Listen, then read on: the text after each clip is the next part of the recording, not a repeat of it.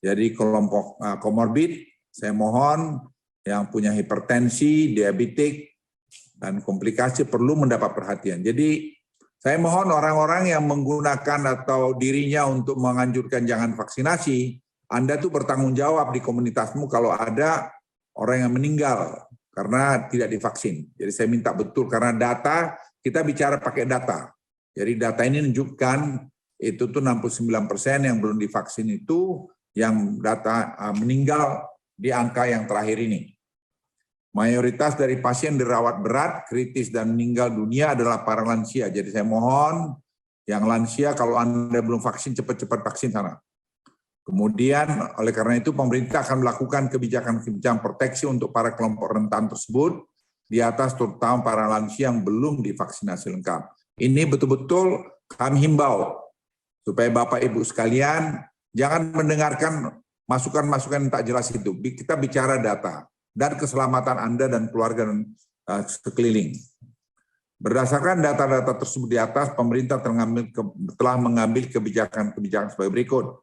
Mendorong percepatan vaksinasi terutama dosis 2 untuk para lansia dan kelompok rentan lain, seperti juga penyediaan vaksin booster yang cukup untuk seluruh masyarakat Indonesia.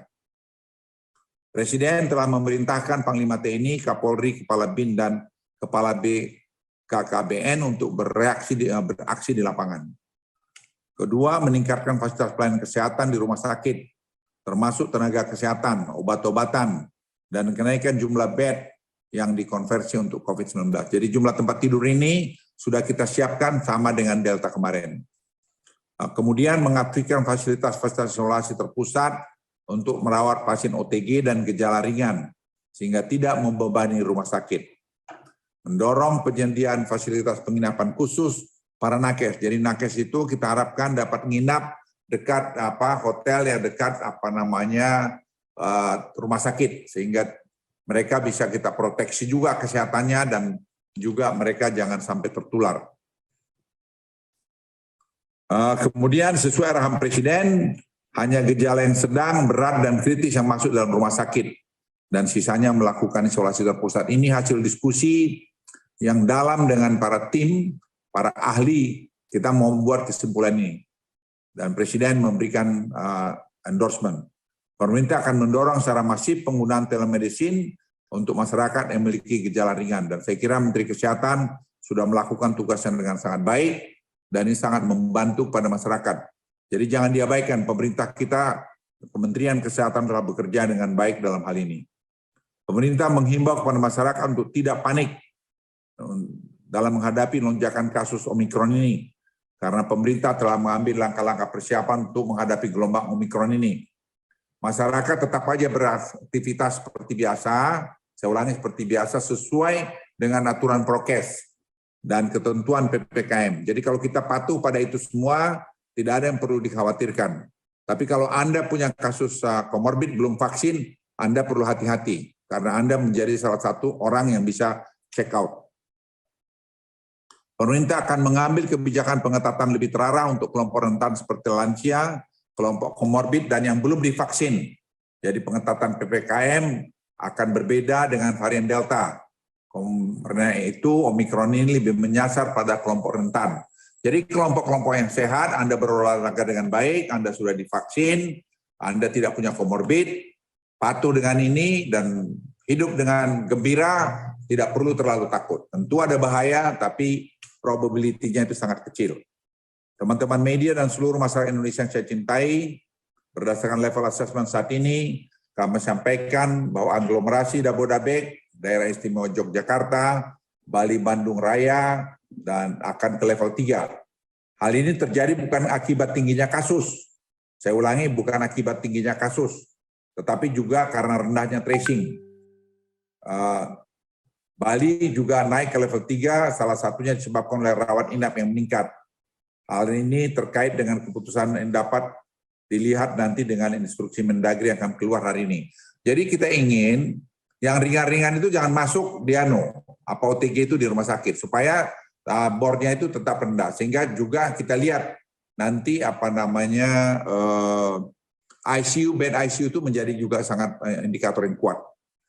Dihadapkan pada karakteristik varian Omikron yang berbeda dengan varian Delta, pemerintah melakukan beberapa penyesuaian aturan level 3 dengan kebijakan pengetatan yang lebih terarah bagi kelompok lansia, komorbid, dan belum divaksin. Jadi target pemerintah ke sana. Beberapa penyesuaian dilakukan sebagai berikut. Untuk industri orientasi ekspor dan domestik dapat terus beroperasi 100% jika memiliki YOMKI dan minimal 75% karyawan dosis kedua vaksinnya dan menggunakan Peduli Lindungi. Peduli Lindungi jangan pernah ditinggalkan.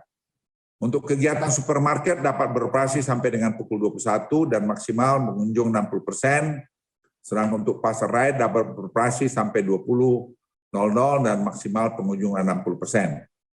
Untuk mal akan dibuka pada sampai pukul 21, maksimal 60% pengunjung bagi anak kurang dari 12 tahun, minimal vaksin dosis pertama. Dan tempat bermain anak serta tempat hiburan dapat dibuka maksimal 35% dan wajib bukti vaksinasi dosis untuk anak di bawah 12 tahun. Untuk warteg dan lapak jajan dapat dibuka sampai jam 21, maksimal bisa 60%, dan restoran atau kafe juga dapat dibuka maksimal 60%, pengunjung sampai 21.00. Untuk bioskop tetap kita buka dengan anak di bawah 12 tahun diperbolehkan masuk, tetapi harus sudah menerima dosis pertama.